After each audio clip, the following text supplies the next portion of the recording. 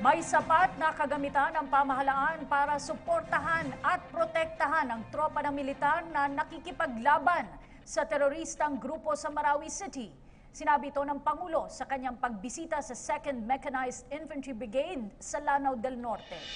Siniguro rin ng Pangulo sa mga sundalo na may panahon para sa lahat at ngayon ay ang panahon para magtagumpay sa laban.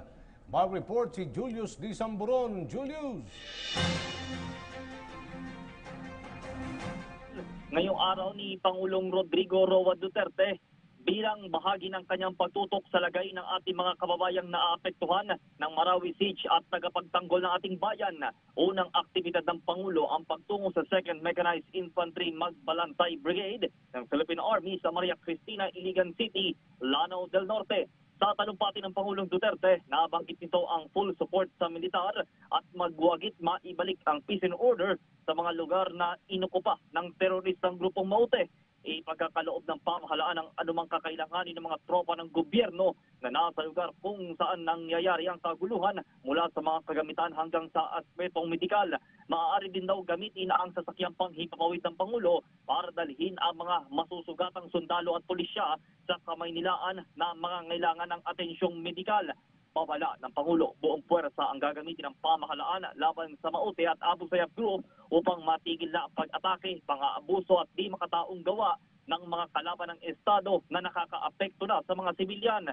Sa pagtungo nga ng Pangulong Duterte sa Russia, ilan sa mga tinutukan ang defense agreement ng dalawang bansa. Dagdag pa ng punong ehekutibo, walang sino man din daw ang gustong mamatay sa panig ng pamahalaan at ng mga Moro. Gayunman, nananatiling bukas sa dialogo ang pamahalaan sa rebeldeng grupo para makamit ang kapayapaan. Iginiit din ng mahal na Pangulong Duterte na sa ilalim ng pagpapatupad ng batas militar, papayagan ang pag-aresto lalo sa mga masasamang elemento at paghalughog sa mga tahanan kahit na walang warrant.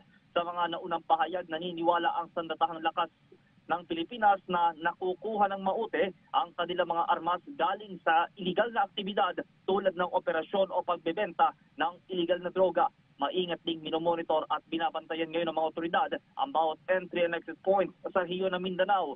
Babantayan din po ng pamahalaan ang mga individual na hindi otorisadong magdala ng baril o armas. Matapos ang pagbisita sa tropa ng Philippine Army, tutungo din po ang mahal na Pangulo sa ospital sa Iligan para kamustahin ang mga nasugatang kawal na nakipagbakbakan sa Maute. Tutunguhin din po ng punong ehekutibo ang mga inilikas na residente na pansamantalang naninirahan po ngayon sa isang evacuation center sa lalawigan, bunsod po ng tensyon sa Marawi. Nauna na din pong binanggit ni Presidential Communications Secretary Martin Andanar na marapat lang na suportahan ng bawat Pilipino ang deklarasyong ito ng Pangulo sa harap na din na pagnanais ng pamahalaan na maibalik sa normal ang sitwasyon sa Marawi at mapigilan ang paghahasik ng Maute Group sa iba pang bahagi ng rehiyon. Yan ang pinakahuling balita sa Galaw Pampanguluhan para sa PTV News. Julius de Samburon. Maraming salamat, Julius D. Samburon.